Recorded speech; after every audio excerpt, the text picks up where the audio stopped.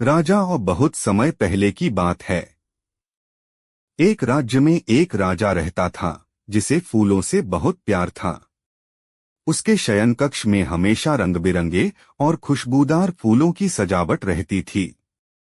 उसने गमले रखवाए थे जिनमें तरह तरह के फूल खिले रहते। उसकी देखभाल के लिए एक नौकर रखा गया था जो पूरे मन से उन गमलों की सेवा करता था। वह रोज सुबह उन्हें पानी देता, पत्तियां साफ करता और मुरझाए फूलों को हटा देता था। राजा को भी उस पर पूरा भरोसा था।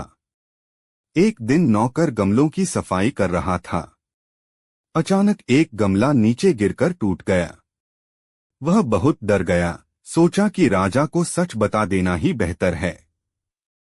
उसने कांपते हुए राजा को सारी बात बता दी। राजा यह सुनकर आग बबूला हो गया।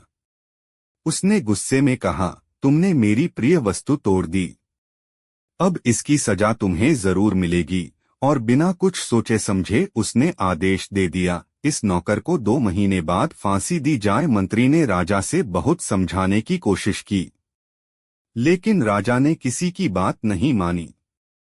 फिर राजा ने पूरे नगर में घोषणा करवा दी, जो कोई इस टूटे हुए गमले को पहले जैसा बना देगा उसे इनाम दिया जाएगा। यह खबर पूरे राज्य में फैल गई। कई लोग आए लेकिन कोई भी उसे पहले जैसा नहीं बना सका। इसी बीच एक दिन एक वृद्ध महात्मा नगर में आए। उन्होंने कहा, वे राज दरबार में पहुंचे और बोले, राजन, मैं इस टूटे हुए गमले को जोड़ने का वचन देता हूं, लेकिन पहले मैं आपको कुछ कहना चाहता हूं। राजा ने पूछा, क्या? महात्मा बोले, राजन, यह शरीर अमर नहीं है तो मिट्टी का गमला कैसे अमर रहेगा?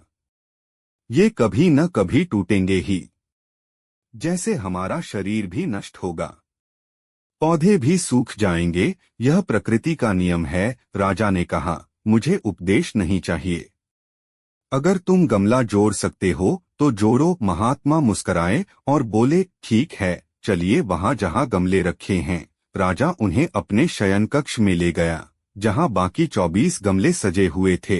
महात्मा ने एक लकड़ी का डंडा उठाया और सबके सामने एक एक करके सारे गमले तोड़ दिए। राजा हैरान रह गया। पहले तो उसने सोचा कि यह कोई नया तरीका होगा गमला जोड़ने का, लेकिन जब महात्मा शांत खड़े रहे तो वह क्रोध में चिल्लाया, ये क्या किया तुमने?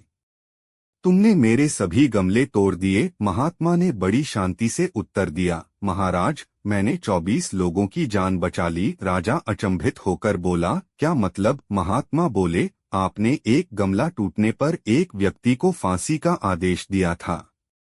सोचिए, भविष्य में बाकी 24 गमले भी कभी न कभी टूटेंगे, तब 24 और लोग फांसी पर चढ़ जाएंगे। मैंने आज सभी गमले तोड़कर भविष्य के 24 निर्दोष लोगों की जान बचा ली। यह सुनकर राजा का सिर झुक गया। उसका अहंकार पिघल गया। उसे अपनी गलती का एहसास हुआ। उसने तुरंत आदेश दिया कि नौकर को फांसी न दी जाए।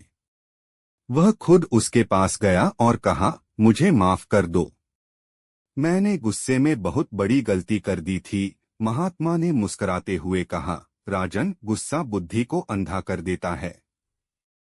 जो निर्णय क्रोध में लिया जाए वह कभी सही नहीं होता। इसलिए किसी भी बात पर निर्णय लेने से पहले शांत मन से सोचो। वही सच्चे राजा की पहचान होती है।